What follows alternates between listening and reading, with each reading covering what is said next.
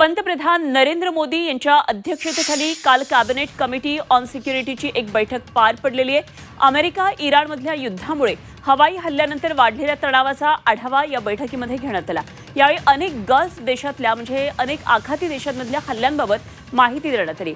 तसंच या प्रदेशातल्या मोठ्या भारतीय प्रवासी समुदायाच्या सुरक्षेबाबत सुद्धा सीसीएसनं गंभीर चिंता व्यक्त केली आहे। ट्रान्झिटमध्ये अडकलेले भारतीय प्रवासी, परीक्षा देणारे विद्यार्थी आणि प्रादेशिक सुरक्षेवर तसंच आर्थिक व्यावसायिक परिणामांवर सुद्धा या बैठकीत चर्चा झाली। आणि या युद्धजन्य परिस्थितीमुळे प्रभावित भारतीयांना मदत करण्यासाठी सर्व संबंधित विभागांना आवश्यक त्या उपाययोजना करण्याचे निर्देश देण्यात आले। यावेळी तात्काळ शस्त्रसंधी, तणाव कमी करणं आणि संवाद कूटनीतीकडे परतण्याकडे सीसीएसनं भर दिलेला आहे। या बैठकीला पंतप्रधान मोदी यांच्यासह संरक्षण मंत्री राजनाथ सिंह, केंद्रीय गृहमंत्री अमित शहा, अर्थमंत्री निर्मला सीतारमण या बैठकीला उपस्थित होते।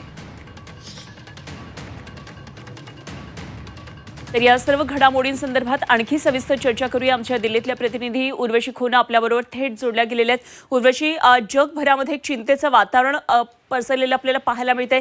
इस्रायल इराण युद्धाचा भडका, त्यात अमेरिकेतली उडी आणि त्याचबरोबर आखाती देशांमध्ये होणारे हल्ले, त्यामुळे कुठेतरी भारतावर सुद्धा याचा परिणाम होईल आणि निश्चितच या परिणाम आता हळूहळू दिसायला सुरुवात होती आहे। काय दिल्लीमध्ये यानुसार घडामोडी घडत आहेत?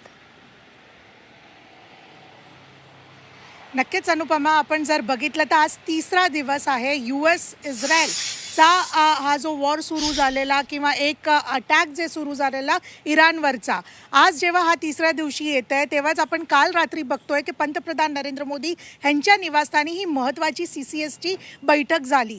कॅबिनेट कमिटी ऑन सिक्युरिटी ही जी बैठक आहे त्यात विदेश मंत्री स्वतः जयशंकर उपस्थित होते, बरोबरच निर्मला सीतारामन आणि विदेश सेक्रेटरी जे आहेत स्वतः मिस्त्री ते पण उपस्थित होते आणि राजनाथ सिंग जे संरक्षण मंत्री आहे तेही उपस्थित होते। या सगळ्यांनी पंतप्रधान नरेंद्र मोदी यांना सध्याची पश्चिम आशियाची पूर्ण जी स्थिती आहे त्यावरती त्यांना ब्रीफ केलं। इतकंच नव्हे तर ज्या प्रकाराने 28 तारखेला अटॅक झालं इराणवरती ते कशा प्रकाराने झालं ते सुद्धा ब्रीफ केलं।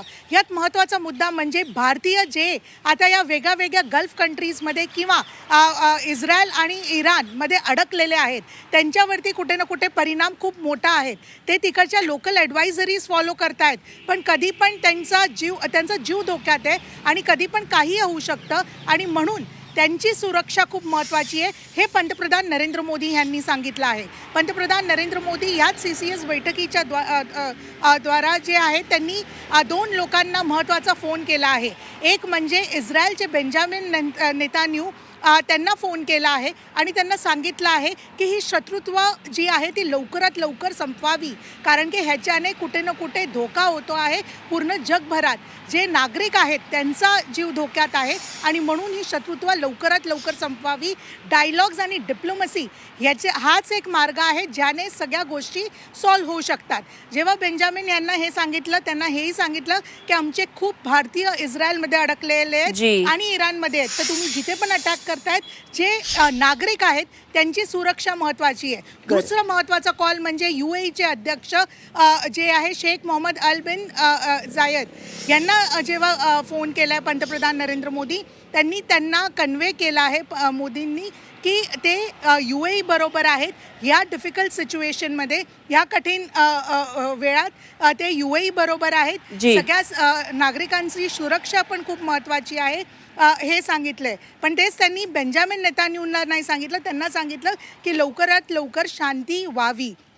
भारतीय जर आपण सांगितलं तर 90 लाख भारतीय आहे पूर्ण पश्चिम आशियामध्ये अनुपमा, तर आपण समजू शकतो की किती मोठा जीव जो आहे जे या देशांमध्ये गेलेले भारतीय आहेत त्यांची सुरक्षितता ठेवणं, त्यांना सुरक्षित ठेवणं हे निश्चितच आपलं कर्तव्य आणि या दृष्टीने सगळी पावलं उचलली जातात।